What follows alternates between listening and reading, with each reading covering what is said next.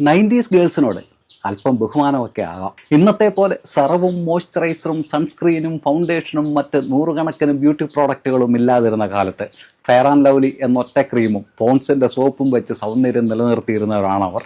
അവർക്കുള്ളതൊക്കെ പത്തര മാറ്റാണ്, തനിത്തങ്കം. സ്വന്തക്കാരെയും ബന്ധുക്കളെയും നാടും വീടും നാട്ടുകാരെയും ഒക്കെ വിട്ടിട്ട് ഏതോ ഒരു നാട്ടിലെ ഏതോ ഒരു വീട്ടിൽ ഒരു നിലവിളക്കം കത്തിച്ച് ചെന്ന് കയറുന്ന ഒരു പരിപാടി ഉണ്ടായിരുന്നു പെൺകുട്ടികൾക്ക്. അവിടെ 18 അടവും പയറ്റി സ്വന്തമായി സ്ഥാനമുണ്ടാക്കിയെടുത്തവരാണ് പലരും.